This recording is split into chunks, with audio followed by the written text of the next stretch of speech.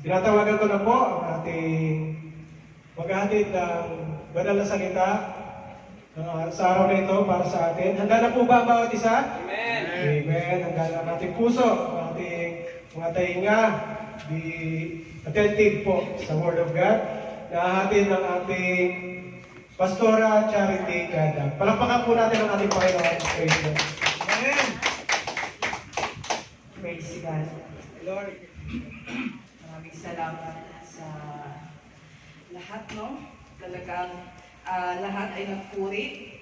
Sabi nga sa kanta niya, it's all about you, Jesus, and it's not about us. So, ang pagpunta natin dito sa simbahan ay para sa Diyos, no?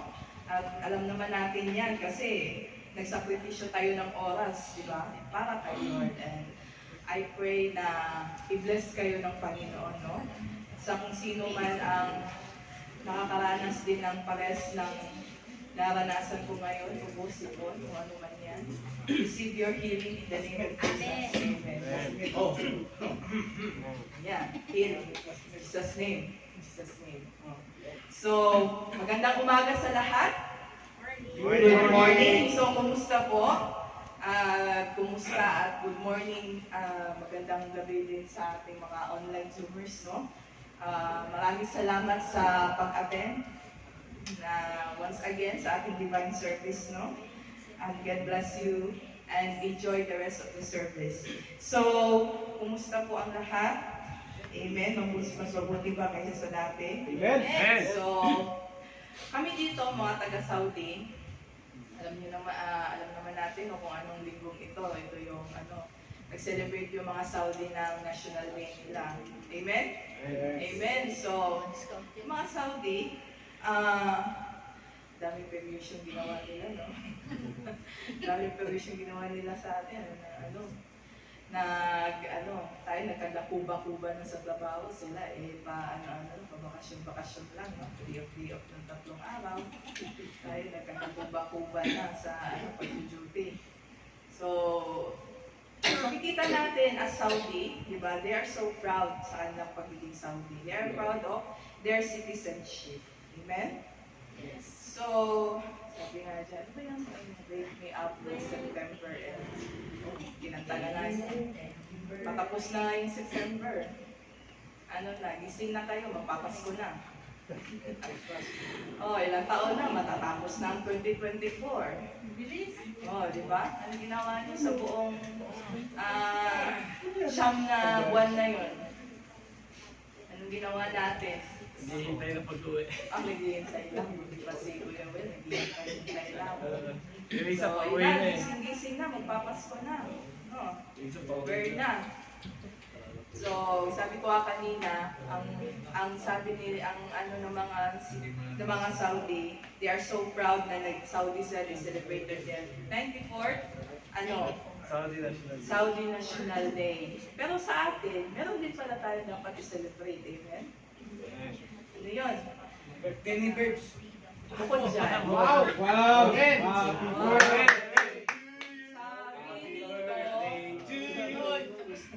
Sabi dito sa Ephesians 2:19. So then, you are no longer strangers and aliens, but you are fellow citizens with the saints and members of the household of God.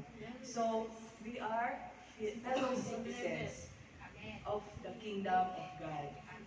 We belong to the nation of God. Amen? So, yun ang huwag nating kalimutan.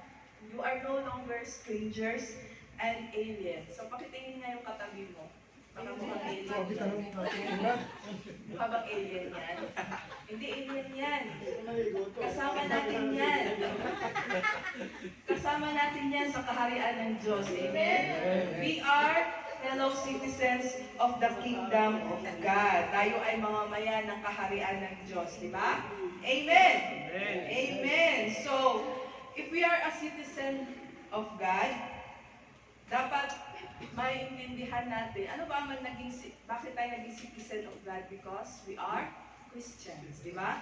Nasa atin ang Panginoong Jesus, di ba? Because we are Christians, yun na nga. At alam po ba natin kung ano ang talagang kahulugan ng pagiging Kristiyano? silang lahat. Do we know or how do we value yung pagiging Kristiyano natin? Diba? Kasi nga ang ano natin, ang topic natin for this month is improving your relationship with God. So, kung maiintindihan natin yung pagiging Kristiyano natin, I believe na it is also a key to ma-improve natin yung relationship natin sa ating Panginoong Jesus. Amen? So, sino dito gusto ang ma-improve yung relationship niya sa Panginoon? Amen! Amen! Huwag yung relationship niyo lang sa, sa boyfriend-girlfriend. Di ba? Dapat unahin mo natin yung relationship natin kay Lord. Amen? So, mag-improve lang yan kapag alam natin kung ano talaga ang ibig sabihin ng pagiging Kristiyano natin. O binibigyan ba talaga natin ng kahalagahan yung pagiging Kristiyano natin. Amen? So, it comes with the title na Christian ka ba talaga? Amen? So, ang tanong, sasagutin nyo yan. Sana masagot nyo yan in a while as we tackle the Word of God. So, the Word of God, our main key verse, will be in the book of Ephesians 2, chapter 2, verses 19 to 22. But before that, let us pray once again. Amen. Let us bow down our heads in prayer.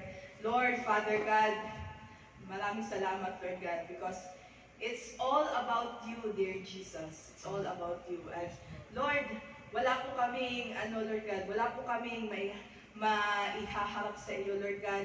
Wala po kaming, we have nothing, Lord God, to present you, Lord God, but this is who we are, Lord God. Kung ano lang kami, Lord God. We come as we are, Lord God.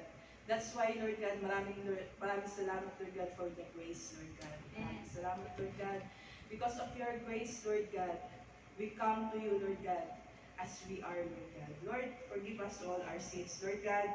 Hindi po kami perfect, Lord God. But Lord, maraming salamat sa ginawa mo sa cross, Lord God. We are covered and we are clothed in your righteousness, Lord God. So, Lord, maraming salamat for the finished work of Christ, Lord God. Maraming salamat dahil, Lord, tuturuan nyo kami once again, Lord God, sa inyong salita, Lord God. And Lord, we pray that you will lead us, Lord God, and you will teach us, Lord. Holy Spirit, be with us. And this, we commit, Lord God, our divine service in the name of your Son, Jesus. Amen. So, Ephesians 2, verses 19 to 22. So, with these key verses, nabuksan na po ba natin, no? With these key verses, wala akong slide dyan. Buksan nyo yung mga Bible nyo. Bukas kayo. Pero gusto ko lang magbukas kayo ng Bible para maka-follow tayo. These key verses, ang goal natin is malaman natin or malaman natin kung ano ba talaga ang ibig sabihin ng pagiging Kristiyano natin. At papalawakin natin yung kaalaman natin kung ano ba talaga ang ginawa ni Lord Jesus sa cross. Ano ang benefit doon sa atin? Ano ang kahulugan ng ginawa niya sa cross, di ba? Sa pagkrista niya, sa pagkamatay niya sa cross. Para lang tayo mailigtas at now we call ourselves Christians.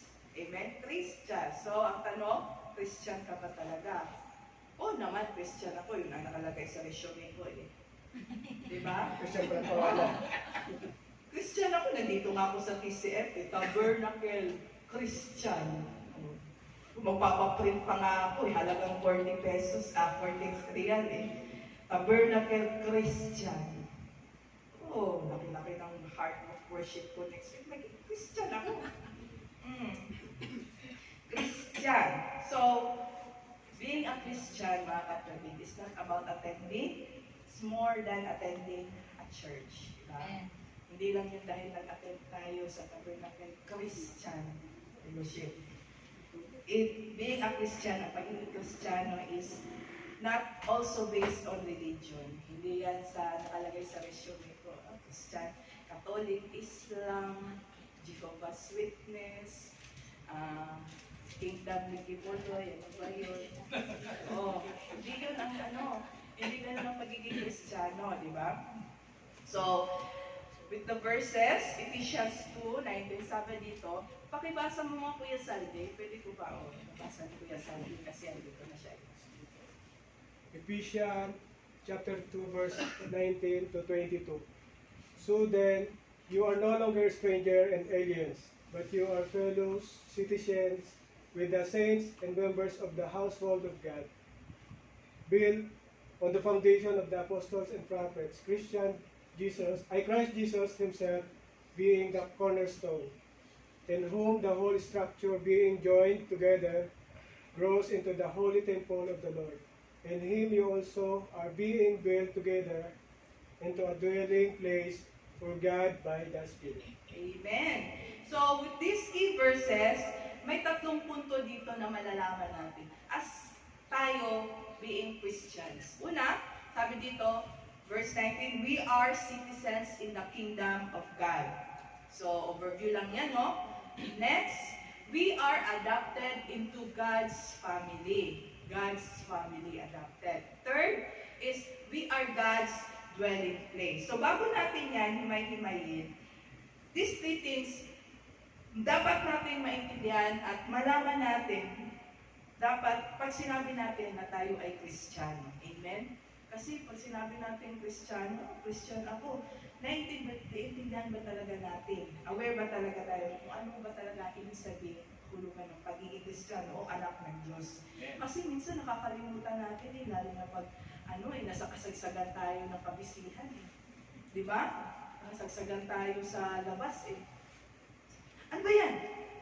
Ano ba yan? Di ba? Bakit yan? Ano yan? Sino ba yan? Di ba? Nakakalimutan natin, di ba? Sabi nga, para tayo minsan, nakakalimutan natin na binuhay na tayo ng Diyos, binago na tayo ng Diyos, para tayo sino yan? Kilala niyo ba yan? Oo, akala ko may magsasabing si Abraham yan.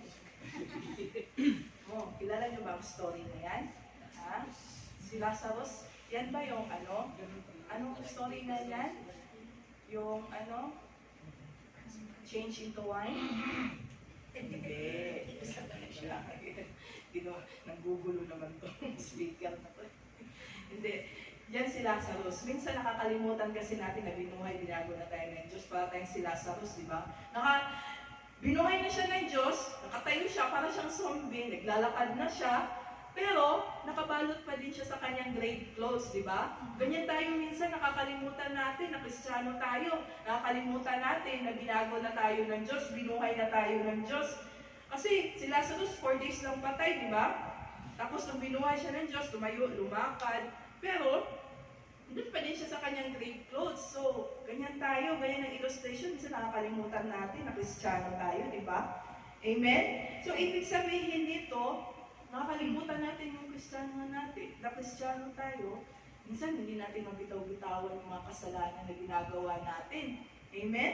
Hindi natin, sinasabi natin, Kristiyano, nag-a-attend nga ako sa simbahan Pero, bumabalik pa din tayo sa mga dating gawin natin. Friday ka lang Christian, di ba? Or pag naging Christian ka lang, kapag nakatingin si tatay, kasama mo si tatay, or naka-chat mo si Ate Glauba, ka-chat mo ba nagiging Christian ka lang, depende sa kausap mo, pero pag iba yung kausap mo, pag hindi Christian, pre, kumusta pre? Kumusta si pre? Ka-chat mo ba si pre? GF mo na ba yun? Ka-chat mo? Nagkita na ba kayo? Ayun. Diba? Ganyan. Pero, minsan naman, nakalimutan natin na Christian kasi, nag-aalala ka, dami mong alalahanin, natatakot ka, lalo-lalo na sa budget mo, Lord, yung katapusan na, Lord, pero parang katapusan ko na rin. Yung budget ko, tapos na, pa lang. Unang linggo pa lang ng pagkasahod, parang katapusan na ng buwan. Di ba? Lord, magbabago pa kaya yung anak ko? Yung anak ko bulakbol, yung anak ko ayaw mag-aral, yung anak ko na napaka-bait. Magbabago pa kaya yun? Or, sabi natin, ayaw ko ngang, ba't ako hihingi ng tawad? Siya na una Ganun ba? Those are the examples na nakakalimutan natin, yung pagiging Kristiyano natin. Kasi hindi natin fully naiintindihan ang kapangyarihan ng Panginoon. Di ba? Jesus is powerful. God is powerful. Amen ba tayo dyan? Amen. Amen. And there is power in the name of Jesus. Di ba? Pag pinanghawakan natin yung kapangyarihan na yan, yun ang magbabago sa atin. Di ba? Pag sinabi mong Christian ka, may kapangyarihan ka din. Kasi si Jesus nandiyan na sa'yo eh. Di ba? Si Jesus is nasa sa'yo na. At ang kapangyarihan ni Jesus, ang kapangyarihan ng Panginoon, nandiyan na din sa'yo. To say no at talikuran yung kasalanan mo. Di ba? Amen. The power of Jesus Christ is also available in you. Kaya gamitin mo yung kapangyarihan na yan para talikuran ang kasalanan na yan. Para gawing kalakasan yung kahinaan na yan. Amen? Amen. Naintindihan ba natin kung gaano katindi yung kapangyarihan ng Panginoon? Amen? Naintindihan ba natin? Di ba si Jesus namatay si Jesus? At ang nagbuhay sa kanya ay ang kapangyarihan ng Panginoon. Di ba? It is the same power na nasa inyo din. The power that God used to raise Jesus from death is also available in us, sa atin. Ganun katindi, ganun ka-powerful ang kapangyarihan ng anak ng Diyos. Ganun katindi ang kapangyarihan ng isang Kristiyano. Amen. Christians. Ngayon, nakakabuhay na ng patay eh, di ba? Paano na lang kaya? Madali lang yan, pagtalikod sa kasalanan, di ba? Kasi matindi ang kapangyarihan ng Panginoon, di ba? Kaya gamitin natin yan. Minsan kasi nagdududa tayo, hindi may iwasan, di ba? Totoo ba yung power of God yan? Parang dito na parang wala naman eh. Pagpadami ng padami yung bayarin ko. Pagpadami ng padami yung problema ko. Pagipit pa din ako. Di ba? Minsan nawawala yung faith natin. Amen? Bumalik tayo sa pagiging dating ikaw nung hindi ka pa Christian. Nung hindi ka pa nakatanggap kay Lord, di ba? So, before natin i-tackle yung verses 19 to 22, alamin muna natin yung background natin nung hindi pa tayo Kristiyano, di ba? Ano lang, throwback lang. Di ba? Sino mahilig tayo sa throwback eh, di ba? Pag Facebook nga, alis na miss ka eh. May nagtuthrowback sa'yo, eh, payat pa ako dito ah. Di ba? Throwback na. So, i-throwback naman natin yung buhay natin nung hindi pa tayo nakatanggap kay Lord. Sabi dito sa verse 11, doon pa din, same chapter 2, verse 11, sabi dito, therefore, remember that formerly you are who you are, Gentiles by birth and called uncircumcised by those who call themselves the circumcision. Gentiles and uncircumcised. Diba? Ibig sabihin, nung panahon na yon, ang there are only tribe, the Israelites lang, ang chosen na people of God. Israel lang, Israelites, the chosen nation of God. So kung hindi ka Israelite, Samaritan, Gentiles, o ano ka ba, you are, hindi ka welcome, hindi ka part ng family of God, hindi ka chosen people of God. Diba? You are Gentiles and uncircumcised, diba? Israelites lang, Jews, they're all Israelites also called Jews. They are the only chosen people of God. Jews, ito ang lahi na gagamitin ng Lord na kung saan manggagaling si Jesus Christ. Amen? Ang lahi na to nagsimula kay Abraham, di ba?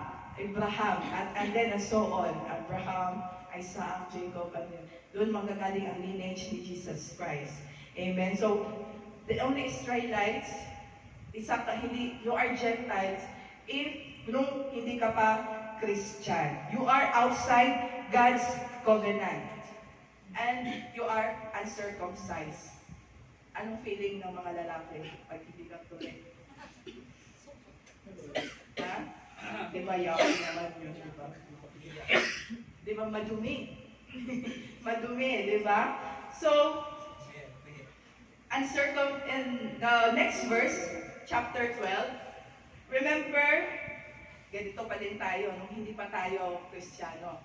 That time you are separate from Christ, excluded from citizenship in Israel, foreigners to the covenants of the promise, without hope and without God. So, pinapamukha sa atin dito kung sino ka nung hindi ka pa Kristiyano. Unang-una, malayo ka sa Diyos. You are separated from Christ. Excluded from the citizenship in Israel. Hindi ka kasama sa chosen people of Israel. Hindi ka pa Kristiyano. Foreigners to the covenants. Hindi ka kasama sa promise ni Lord, sa covenants. Outside ka sa promise. Wala kang promise kay God. Nung hindi ka pa Kristiyano, wala kang pag-asa. Without hope. Nung hindi ka pa Kristiyano, wala kang Diyos. Without God. So, we are hopeless and godless. Wala nang pag-asa. Pakitingin yung katabi mo. Tingin mo ba may pag-asa pa yan? Amen. Meron naman. Meron naman siguro. No? Maliligo daw, meron. Maliligo. Meron naman. Meron namang pag-asa. So, Basta maliligo lang. ganito yung status natin. Ganito yung status natin kung di ka Christian. Kung di ka Christian, you are ganyan ang status mo. Amen. Especially, you are hopeless and godless. Amen, di ba? Amen. Kaya nga dumating si Jesus Christ, di ba? Amen? Jesus Christ came for the hopeless and godless. Huwag mo nang, hayaan mo na yung katabi mo kumukha ng walang pag-asa yan. Amen. Kung wala nang pag-asa yan, nandiyan si Jesus. Amen. Pangyarihan, makapangyarihan ang ating Panginoon. Amen? Kapit lang. Di ba? Next verse, hopeless and godless, verse 13. But now, sabi, but now in Christ. Hindi, but now. Pero ngayon, sabihin nyo, but now. But now. But now, ngayon. Ngayon. Pero ngayon, dahil Pero kay, ngayon. kay Kristo. Christ Jesus, hindi dahil sa magaling ka, hindi dahil sa talented ka, hindi dahil sa wala naman akong atraso, hindi dahil sa malinis ang konsensya ko, hindi dahil sa nagbibigay ako ng malaki sa charity, hindi dahil mabait naman ako, but in Jesus Christ. Dahil sa ginawa ni Kristo, hindi dahil sa mabait ka, hindi dahil sa wala naman akong atraso kahit kanino. Wala naman akong kasalanan, hindi naman ako nagnakaw. Ganyan, di ba? Hindi dahil mapagbigay ka, di ba? But in Jesus Christ. It's all in the finished work of Christ, di ba? Dahil dyan sa ginawa ng Diyos, kaya ikaw ay buhay, kaya ikaw ay ligtas. Amen? Amen. So, nung namatay si Jesus Christ, mahal ang pagkakatubos sa atin. Amen? Amen. Amen. Mahal ang pagkakatubos sa atin para lang mapalapit tayo kay Jesus. Kasi unang-una, separated from Christ tayo eh. Of what Jesus Christ, nilapit niya tayo, unang-una, nilapit niya tayo sa Panginoon. Amen. Diba? Amen. So, mahal ang pagkakatubos sa atin. Imagine, pinadala pa ng Diyos ang kanyang bugtong na anak para lang siya'y mamatay, para tayo'y matubos. Amen. Bakit kaya hindi na lang nagpadala si God ng angel? Diba? Marami namang angel dun sa langit eh. Bakit hindi na lang itong isang angel? Sige, papadala ko tong angel na to. Ito kung sino ang maniniwala dyan sa angel, mag-touch sa cross, maliligtas. Diba? Hindi. But God sent His only begotten Son, so meaning, anak niya Diyos, God also shared His blood through Jesus Christ para lang tayo'y matubos. Bakit? Dahil mahal tayo ng Diyos. Amen. At ganoon tayo kamahal ng Diyos, di ba? Dapat isipin natin yan while we are working every day, worshiping God, di ba? I believe na-absorb natin yan, damang-dama natin yan, lalo na nung kumukanta tayo. Ooh, it's all about you, Jesus. It's all about you. Ganun. Parang nambubuli lang. Hindi, pero ramdam natin, di ba? So, napakamahal, napakagastos para tayo'y maligtas, di ba? Amen. Amen! Amen. Bakit yun ginawa ni Lord? Because you are worth it. Diba? Karapat-dapat ka. Amen. So sabihin mo dyan sa katabi mo, may kakilala ka naman, karapat-dapat ka. Karapat-dapat ka. Karapat-dapat ka. Diba? Kaya kung may mga tao ba na dinadown ka, may mga taong hindi naniniwala sa iyo, sa mata ng Diyos, you are worth it. Diba? Diba? Ayan mo na yung mga taong paulit-ulit na sinasaktan. Ayan mo na yung mga taong walang bilib sa inyo. Diba? Sa mata ng Diyos, you are worth it. Diba? Kaya nga tayo niligtas ng Diyos. Diba? So, in view of that, dahil niligtas tayo ng Diyos, parang ganito lang ang picture niyan di ba? Sino dito ang may malaking utang? Ala, ako lang yata ang may utang dito Ako may utang ako sa kapatid ko. Pero kailangan bayaran yun. Hindi naman lahat naman tayo may utang, di ba? So, for example lang, nagkautang ka ng malaki sa bangko, 10 million ba yan? Nagpatayo ka ng negosyo or nagkautang ka ng tapos hindi naman lumago yung negosyo, ang nangyari sa'yo, lubog ka ngayon sa utang. Ngayon, tinatawagan ka ng ahente. Kailangan mong bayaran, iniipit ka na ngayon. And what if, may dumating na isang tao, may nagsabi, pre, yung utang na yun, binayaran ko na 10 million yun. Wow! Oh, di ba? Wow! Anong gagawin mo yun sa isang tao na yun? O, di ba? Di ba kaya pakainin mo? Di ba kaya pagluluto mo? Patirahin mo? Sambahi, na lang, paglingkuran mo? Di ba? So, same thing with that. Jesus did that for us, di ba? Lubog tayo sa utang. Hindi na natin mabayaran yung mga pagkakautang natin sa kasalanan natin. Because we are bound to hell. Dahil sinalba tayo ni Jesus sa pagkakautang, sinalba tayo sa pagpapuntang impyerno, anong gagawin natin? Same. We might also paglingkuran natin ang ating Panginoon, di ba? Mahalin natin ang ating Panginoon. Amen, di ba? Dahil lahat palakpak kayo mga Christian, naintindihan nyo nga yan, di ba? Naintindihan nyo yan. Paglingkuran natin ang Panginoon, pasalamatan natin siya hanggat kaya natin. Amen? Dahil tinubos niya tayo. Ngayon, pag sinabing Christian, tayo, naniniwala tayo kay Lord at naniniwala tayo na tinubos tayo ng Panginoon, naintindihan na natin, di ba? Na mahal ang pagkakatubos sa atin. Dahil mahal na mahal ka ng Diyos at hindi ginawa yan ng Diyos dahil cute ka. Di ba? Pagkamatay nga ako dito. Ligtas ko nga itong si Brad Julie kasi napaka-cute nito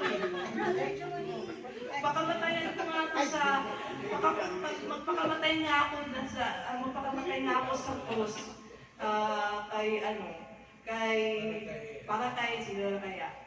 Para kay Brad Neil.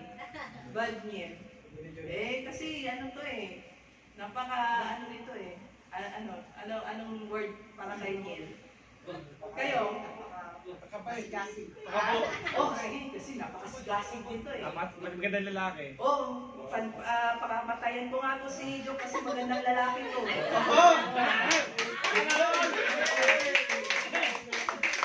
Nakadali mo. Dahil dyan, bayad na yung t-shirt natin.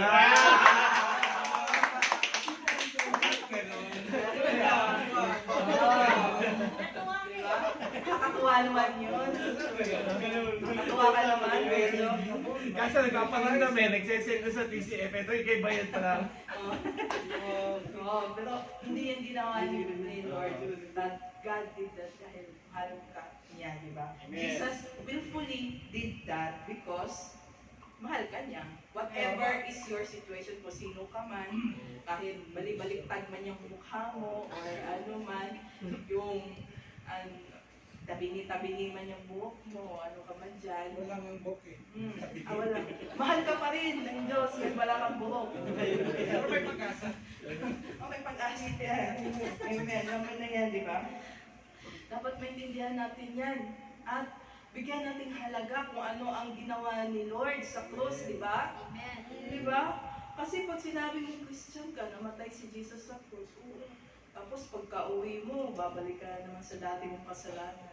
Pag-uwi mo, uuwi ka na naman dun sa ano mo, dun sa ano, sa bisyo mo. O babalik ka na naman dun sa kachat mo, fling-fling, kahit hindi ka na binibigyan ng pansin. Babalik ka na naman, fling na naman. Kumusta na kaya? Pagbalik o baka paglabas natin dito after Friday, kasalanan na naman. Ibig sabihin, hindi natin binibigyang halaga yung ginawa ni Lord. Ibig sabihin, hindi natin naiintindihan yung pagiging Christian natin. Hindi basta-basta ang ginawa ni Jesus, amen? Para lang tayo'y maisalba.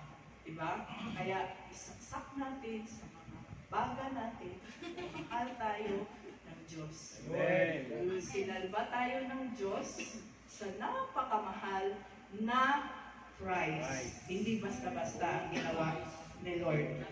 Ano ba ang ginawa ni Jesus Christ? Ano ba ang benefits? Ano ba ang naidulot sa atin nung ginawa ni Jesus Christ nung namatay siya sa cross? Diba? O if you follow me, makikita natin yan sa verses 13 down to 17.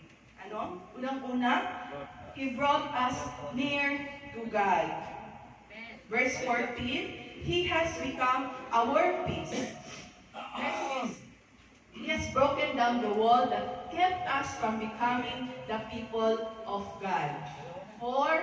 Verse 15, He has abolished the enmity that once existed. Ano yung enmity? Ito yung batas. Diba? Ito yung dating napaka-stricto na batas na pagka magkamali ka lang ng konti, pagka ano ka lang, hindi ka nakabilang. Ano ka na makasalanan ka na, parang ang dami mong kailangang pagbayaran. Pag nagkasala ka, ang dami mong kailangang ialay. Mamamatay mo na yung kambing, yung kalabaw, yung yung baka. Kailangan hanapin yung pinakamatabang upa. Oo. Marami pang mamamatay para lang ikaw ay malinis, matanggap muli sa presensya ng Diyos, para maging righteous ka. Winala na yan ni Jesus Christ. And the 5 is, He has reconciled us to God, di ba? Dati kaaway kasi tayo ng Ama, di ba? Hindi pa tayo nakatanggap, hindi pa tayo Christian, kaaway tayo. But because of what Jesus Christ did on the cross, He has reconciled us to God. Pinagbati na tayo sa ating Ama. Amen? Next is, He has given us access to the Father. So, Amen. meron na tayo, pwede na tayo makalapit sa ating Diyos Ama. Amen? So, yan ang mga benefits. In other words, these are the benefits of being a Christian. Diba? Pag tinanggap na natin si Jesus Christ sa buhay natin. Pag ano yung Christian na yon? Kaya tayo naging Christian dahil sa ginawa ni Jesus Christ. Ano itong mga Christian na to? Is a new kind of people. Diba? Nung namatay si Jesus Christ sa cross, meron ng bagong term. Ito yung bagong tawag sa mga tao na nanampalataya sa Kanya. Diba? Christian, a new kind of mga bagong na yan. Mga bagong tao na yan, di ba?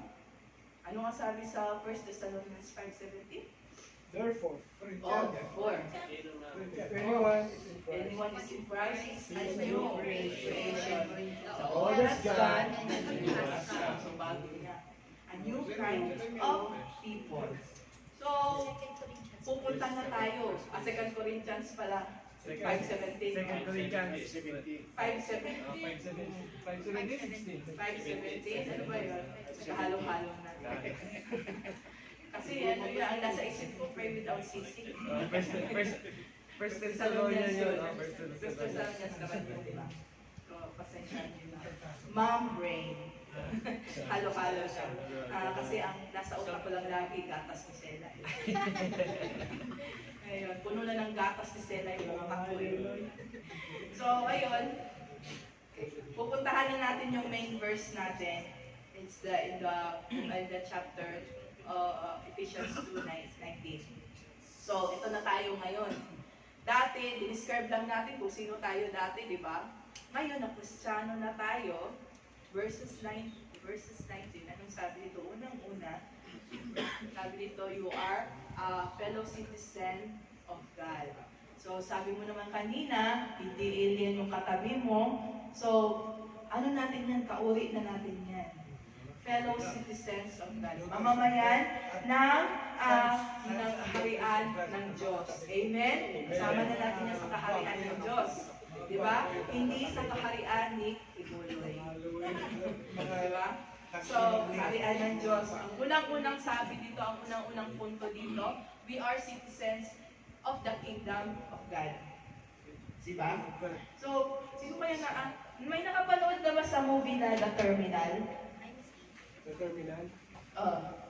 Terminal Victory Liner lang yata yung alam niyo eh. Terminal ng Cubao lang yata alam niyo. Hindi, may movie na The Terminal, nakita ko yan sa may mga clips sa dyan sa Facebook. So, ang story kasi niyan, may isang tao, si Tom Hanks yung niya bilang. May isang tao na lumipad siya sa papuntang Amerika. Well, paglipad niya, wala yung country na, na-dissolve yung bansa niya. So, nung paglapad niya, hindi siya tatanggapin sa Amerika kasi wala na siyang citizenship. Wala na siyang citizenship kasi wala na yung bansa niya eh. Yung parang, yung wala na yung Syria, di ba ngayon? Ganun din. Kaya lang, problema sa kanya, wala siya sa lupa na-dissolve yung country niya. Nasa ere siya. Kaya nung paglapag niya sa Amerika, hindi siya tatanggapin hindi siya pwedeng papasukin sa Amerika.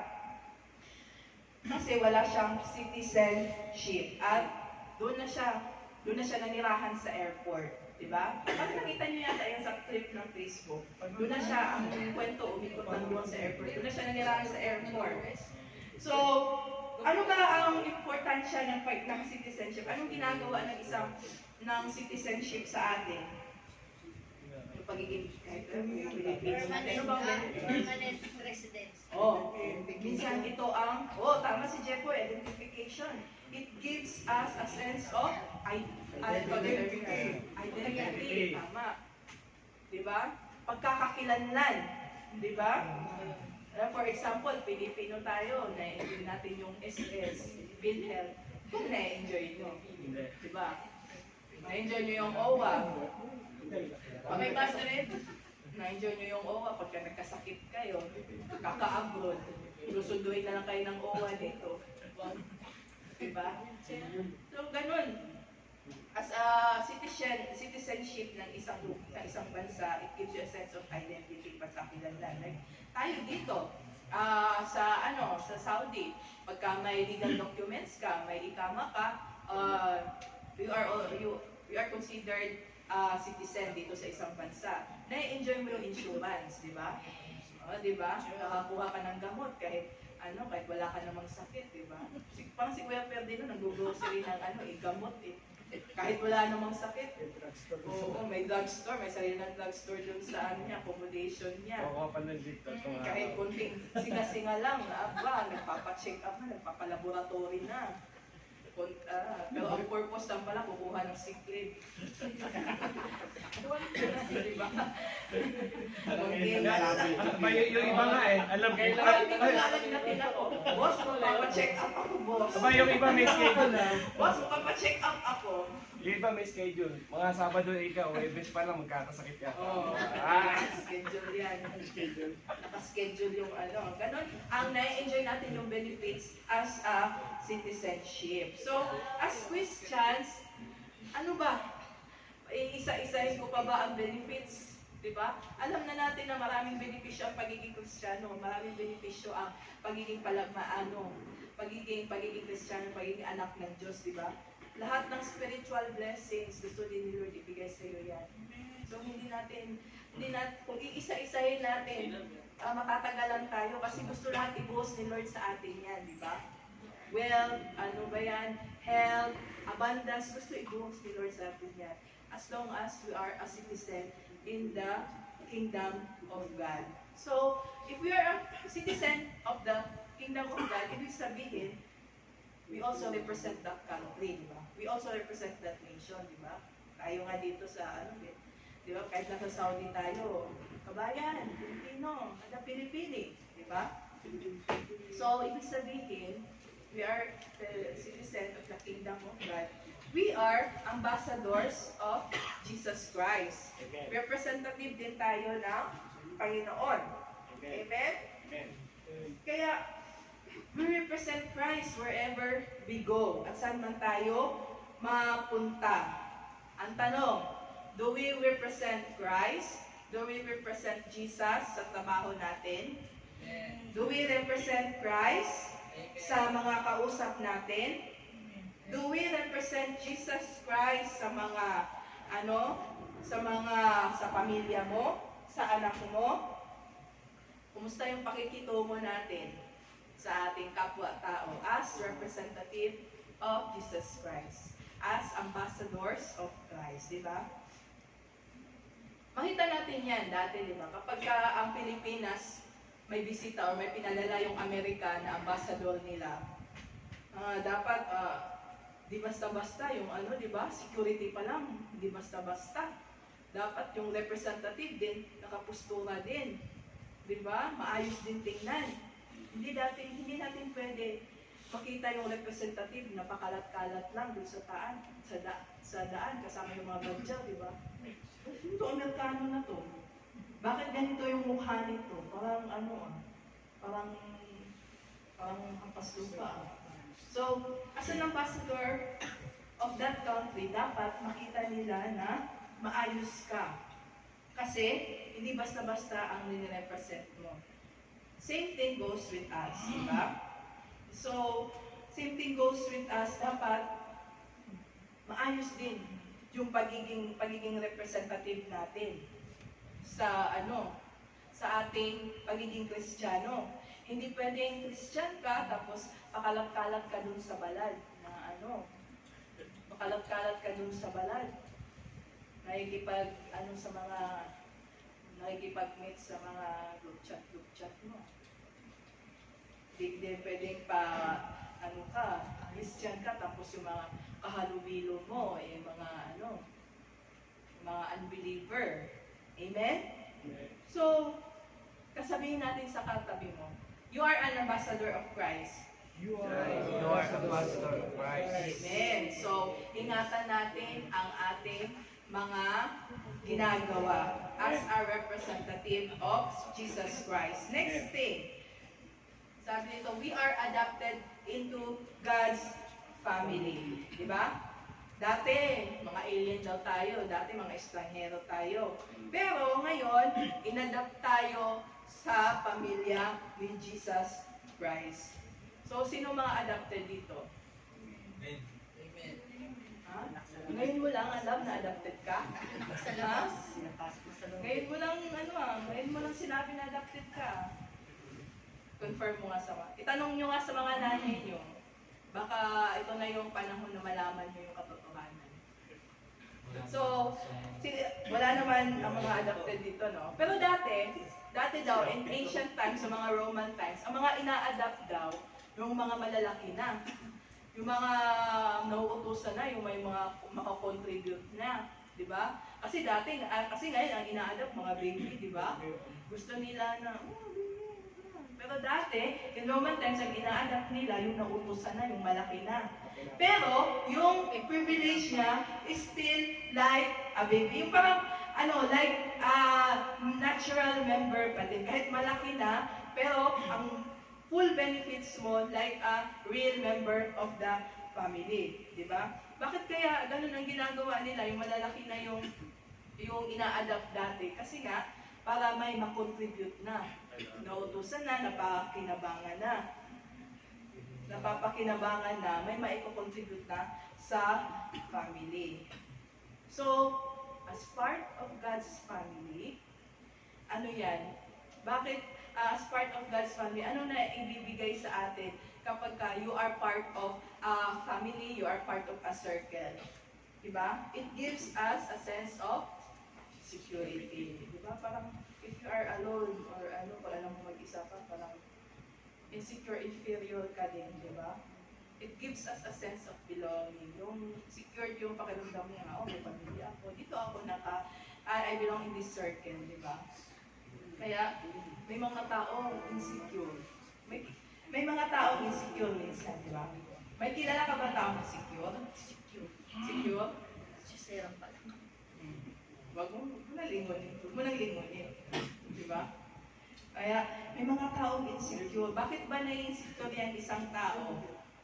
Kasi nga, feeling nila mag-isa lang sila, feeling nila lonely sila, feeling nila walang tatanggap sa kanila, di ba? Kaya na-insecure ang tao. These people are lonely inside.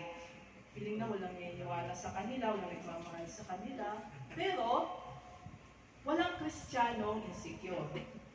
Amen. Amen ba tayo? Walang Kristiyanong insecure because we are a part of God's family. Same verse, di ba?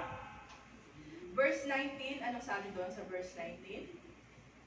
Oh, fellow citizens, kingdom of God, members of the household of God. Ito yung point 2. We are adopted into God's family, the household of God. So it gives us a sense of security kapag kaya walang Kristiyanong insecure, di ba? Kasi may Diyos Ama tayong nagmamahal sa atin. Amen? Amen. So kahit broken family ka man dito sa pero you are part of God's family. May nagmamahal sa iyo. Mahal ka ng Diyos. Kaya pakisabi sa katabi mo, huwag kang insecure. Kang insecure. Mahal ka ng Diyos. Bakit parang may tumaas ang kilay? Bakit parang may na-offend? Bakit parang may na-offend? Kaya mag-insecure, di ba? So, tayo, as a church also, we are a spiritual family. Diba? Amen ba tayo? Amen. As a church, we are a spiritual family. We are member of God's household. Ito ang God's household natin. Kaya, tawag nito, sa pamilya, minsan hindi may iwasan ang hindi pagkakaintindihan. Diba? Kasi kanya-kanya ang ugali, di ba? Pero ang importante, may pagpapakumbaba at pagkakaintindihan. Amen ba tayo? Amen. Amen. Kaya hayaan nyo na si Kuya Joe, kung mabuli man yun sa iyo, hayaan nyo na yan. Di ba? Kasi mahal pamilya natin yan eh. Di ba? Meron ganyan. Kahit may sa kapatid natin, di ba? Kahit sa mga kapatid natin, yung alam natin na ano ba to, kapatid ko ba to? Parang pinadala ba to ng sa kanas? Kasi parang pinadala yata niya sa kanas eh. Pero, hinahayaan natin kasi kapatid na natin, di ba? Amen. So, same thing goes with us. Hayaan nyo na lang. Di ba? Basta ang importante lahat kayo ng Diyos. Amen? At kapag part ka ng family, amen? Dapat, may responsibilidad ka din. Di ba? May responsibilidad tayo kasi part tayo ng pamilya, di ba? Sino dito yung bata ka pa, senyorito, senyorita ka? Di ba? Yung kabataan natin, parang lumaki kang mayaman, rich kid ba? Sino dito ang mga may pinakamabait na karanasan ng bata ka pa? Di ba? Tatay, alam na aalala na naman yun. Grabe, nag-ano ako sa tubuhan. Dapat na yan si tatay, kilala ka man yan. Oo, nag-ano ng kalabaw. O si Kuya Eli din, nag-ano din. Di ba? Kasi responsibilidad natin as a part of family. Binibigyan tayo ng responsibilidad kasi hindi ka bisita. Di ba? Ano ka? Hindi ka bisita eh. Pinagpahugas ka ng pinggan. O, inuutusan ka. Pinagtitimpla ka ng kape. Nanay at tatay. Magkakaroon ka ng responsibilidad kasi hindi ka bisita. Di ba? Oo, dapat pinapapatiwa ng kape. So, ganun din sa ating spiritual family. Spiritual family natin, dapat Sabi si Joey. mag-ambag naman tayo. Dapat may responsibilidad naman tayo kasi isang pamilya tayo, di ba? Isang pamilya tayo ngayon, may responsibilidad tayo. Ngayon, papalapit na yung anniversary natin. Anong maiaambag natin as a family? As our responsibility as kapatiran, as a member of this dapat, anong naisipan natin? Ano kaya pwedeng may ambag natin sa anniversary? Ano kaya pwedeng may ambag ko? Mag-ambag kaya ako ng isang ulam. Ulam. Bibili ng karne nga eh. Oo. Yung sagot na nila yung iba, nag-ambag na ng sagot na daw niya yung melon. Melon, Sagot na niya yung Yung kare-kare, yung iba. Yung biko. Dahil panuhin kaya natin yung sarili natin. Ako, PCF ako, ano kaya pwedeng iambag ko? Ano kaya pwedeng gawin ko? Mag-ano na lang ako, mag-asher na lang ako. Decider. O magbili na lang kaya ako ng mga plato. Magbigay ako ng tissue. Anything. Basta may ambag tayo, di ba? Tumulong ka kasi hindi ka bisita. Pero hindi yan, wala bang bisita dito? Baka, maka-open tayo ng bisita. Wala naman, di ba? So, ganun. May responsibilidad tayo as a member of a family. Di ba? Dishwasher, security, may paglalagyan ka. Kung anong gusto mo na committee, mag-meeting mamaya tayo, di ba? Di ba? Ano bang kulang natin tayo para sa anniversary natin? Marami daw. Wala, marami palang kulang. So, may paglalagyan ka. Basta may responsibilidad tayo, di ba? Kahit anong gusto mo, may paglalagyan ka. Wala tayong speaker ng bass. Hala. Mamaya na, kuya, mamaya na. Baka sirado pa naman yung square engineer eh. Kala ko bibili na ng speaker eh. Ayan, sirado pa.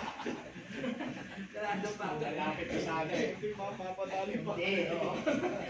Kasi. Kaya, so, ganun lang yan, di ba? Kasi pamilya tayo, dapat nagtutulungan tayo. Dapat may ambag tayo, di ba? Amen. Amen. Amen. We must have a sense of responsibility. Next, Ephesians 2:20. We are built on the foundation and apostles and prophets, Christ Jesus Himself as the chief cornerstone. Itong simbahan na ito, itong PCF na ito, si Jesus ang nagbuo dito. Amen. Amen. Amen.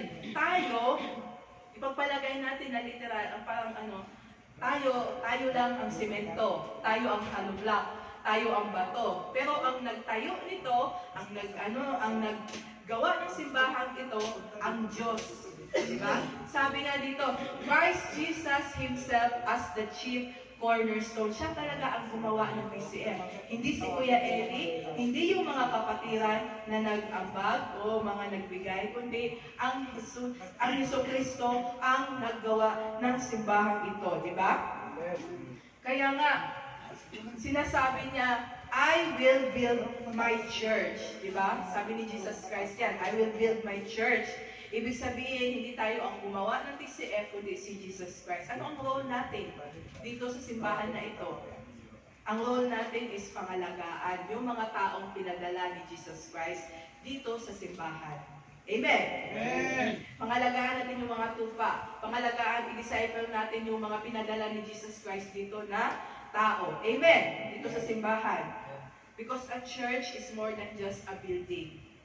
It's about being the church. Ikaw mismo ang simbahan. Kaya tumitingin sa iyo yung mga tao as a representative of Jesus Christ. Ibig sabihin, ikaw ang templo ng Diyos. Diba? Sabi nga dito sa verse 21, in Him, the whole building is joined together and rises to become a holy temple in the Lord. Ibig sabihin, we are God's temple. Ikaw ang templo ng Diyos. Verse 22, sinasabi na dito, dahil ikaw ang templo ng Diyos, in Him you two are being built together to become a dwelling place of God in which God lives in His Spirit, by His Spirit. Dahil ikaw ang templo ng Diyos, sa'yo nananahan ang banal na Espiritu, ang presensya ng Diyos. You are a dwelling place of God. We are the dwelling place of God. Amen? Pag sinabi natin Christian tayo, isip, ang isip, puso at katawan natin, yun ang templo. Buong ikaw, yan ang templo. Sa iyo nananahan ang presensya ng Diyos. Amen? Dahil ikaw ang kanyang templo. Kaya sabihin natin, I am a dwelling place of God. Sabihin nga natin, I am a dwelling place of God. Meaning, God wants to live in you. Gusto manirahan ng Diyos sa inyo, sa akin, sa atin, sa buhay mo. Kaya, ibig sabihin, kung gusto manirahan ni Lord sa atin, God wants to be more personal. Diba? Gusto niya na makilala ka. Gusto niya mapalapit sa atin. It gives us a sense of intimacy. Gusto ni Lord na ma-intimate tayo sa Kanya, di ba? Palapit tayo sa Kanya. Sino nakapanood ng movie na Jesus? Yung buhay ni Jesus? Ano yung ine-ere lang kapag kamahal na araw? Passion of the Di ba? Passion of Christ. Open din yun. Di ba may eksena doon na, nung namatay si Jesus Christ, yung ano na siya, yung sabi niya, it is done, tetelestai, sabi niya, it is finished. May eksena doon na yung kurtina sa templo nahati. Oh, nahati, di ba? Sabi doon, the veil was torn. At yung kurtina na yon, ito, for example, ito yun. Yung kurtina na yon, ito ang nagsiseparate sa holiest place of Holy of Holies. Kasi nandun ang presensya ni Lord, di ba? Hindi ka basta-basta pwedeng maligaw dyan o susubukan mong pumunta dyan, mamamatay ka. Oo, mamamatay ka. Hindi ka basta-basta makalapit dyan. Hindi pwedeng, nasan kaya yung CR dito? Maligaw ka dyan. Oo, nasa ano ka na pala, nasa banal na lugar ka, mamamatay ka, gusto mo lang mag-CR, namatay ka pa, di ba? Kahit taing-taing ka. Gusto mo lang maini, naligaw ka lang, namatay ka pa eh. Di ba? So, this is a holy place. Yan. Yan ang nagsiseparate sa Holy of Holies. Diyan yung altar, and doon, the veil. So, wala ibang makakapunta dyan, wala ibang makaka-access dyan, kundi ang high priest. Pinakamataas na high priest, hindi din lagi, once a year lang. Kasi it is so holy. Diba? Bakit siya holy? Kasi nandun ang presensya ng Diyos. Diba? Hindi pwedeng holy. Hindi pwedeng, maligaw ka dyan. Basta-basta hindi ka pwedeng makakalapit dyan. Diba? Si Moses nga, diba? Hindi na, pinatanggal yung kanyang sandal. Hindi niya halos makita. Nabulag siya nung tinawag siya ng Diyos kasi sinubukan yung tingnan ang mukha ng Diyos. Nabulag siya. Hindi basta-basta ang presensya ng Diyos. Diba? Nung namatay si Jesus Christ, nung sa movie, nahati yan. Diba? Dahil yan, ibig sabihin, nung namatay si Jesus Christ, binala niya. Ito yung nagsiseparate. Ito yung nagsiseparate, di ba, sa atin. Na hindi makalapit tayo. Ngayon, namatay si Jesus Christ, dahil nahati yan, pwede na tayong makapunta. Di ba? We can now have access into God's presence. Di ba? Kaya nga, di ba, may kanta sabi, you tore the veil, you made a way, when you said that it is done. Diba? So, hinati ni Lord, ngayon pwede na tayo makapunta sa kanyang presensya dahil sa kanyang ginawa sa cross. Amen? Amen. We can now enter the presence of God in whom we have boldness and access with confidence by the faith of Him. Diba? So, ibig sabihin, hindi na natin kailangan pa na mamaya na ako mag-attend o mamaya na ako mag-serve, mamaya na ako magbabagong buhay kasi marami pa akong kasalanan. Hindi ko pa kayang bitawan yung mga kasalanan ko, nag-i-enjoy pa ako sa buhay ko. Di ba? May mga mindset tayong ganyan, ay hindi mo na ako mag-a-attend, mataas. Hindi ako makakaano, yung sungay ko masyadong mataas. Di ba? But, wala namang sinabi sa Biblia na huwag kang lumapit sa Panginoon dahil makasalanan ka. Pero, ang unang-una, dapat gawin mo, mas lumapit ka kay Lord, di ba? Kahit makasalanan ka, come as you are. Hindi mo na kailangan na magpakalinis pa muna. Hindi mo na kailangan na itama mo na yung mga uli, baka bago ka lumapit sa Lord. Kasi unang-una, alam na ni Lord yung kasalanan mo, wala ka nang maitatago sa Kanya. At it is not by your works na ikaw ay maliligtas. Di ba? Dahil yan sa gawa ng Panginoon. Mas lumapit ka kay Lord kapag ikaw ay may kasalanan. Amen? Amen. Kilala po ba natin kung sinong tao to? This is the President of the United States nung araw. This is John F. Kennedy. Di ba? Pinaka-powerful na tao nung panahon na niya, pinaka-powerful na during that time. Sino yung nasa ilalim? Yung anak niya. Kapag ka ikaw, normal na tao, gusto mo makipagkita sa kanya, hindi basta-basta. Kailangan mo magka-appointment. Kailangan may sadya ka talaga. Kasi hindi basta-basta yung tao na yun, the President of the United States, pinaka-powerful na tao. Pero, yung anak niya, nandun, naglalaro sa office niya, nandun sa ilalim ng mesa niya. Paggising niya ng hapon, dire-diretso doon sa opisina niya, kahit nagtatrabaho yung tatay. Hindi niya kailangan ng appointment. Bakit? Dahil siya ay anak. Amen. So same thing goes with us. Anak na tayo ng Diyos. Amen. Di ba? Hindi natin kailangan na hindi na natin kailangan ng nahihiya ako kay Lord kasi marami akong kasalanan. Come as you are. You are a child of God. Anak ka ng Diyos. Amen? Amen. Anong kasalanan man yan? Lumapit ka sa Kanya, di ba? We have ginawa na tayo niyang anak.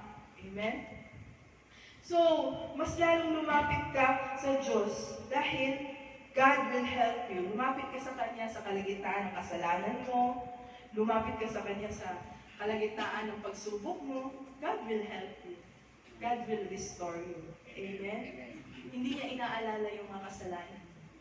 Hindi naman siya na-amnesia, pero hindi niya pinamumukha sa atin yung mga kasalanan natin. Amen. Di ba? We are a holy temple of God. We are God's dwelling place. He wants to dwell with us. We are God's temple. Amen. Amen. Amen po ba tayo? Naintindihan po ba natin ang salita ng Diyos? Amen. Amen. So, dahil naintindihan natin, let us bow down in our heads, our prayer. Lord Jesus, maraming salamat sa inyong mga tinuro sa amin, Lord. Maraming salamat sa iyong pagmamahal sa amin. Maraming salamat, Lord, dahil tinuruan niyo kami.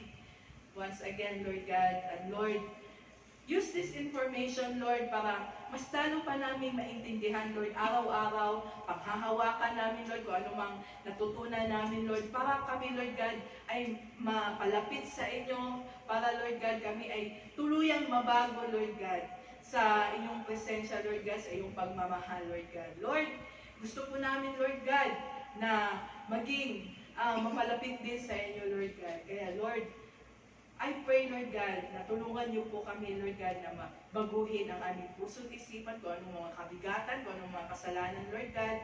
Lord, restore us, Lord. Tulungan niyo po kami, Lord God. Dahil hindi namin gusto, Lord God, na manirahan ka sa maduming place, Lord God, sa aming buhay, Lord God. Pakalinisin niyo po kami, Father, Lord God. At ikaw po ang manguna, at ikaw po ang manahan sa amin, Lord God.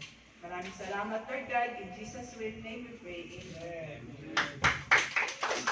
Amen.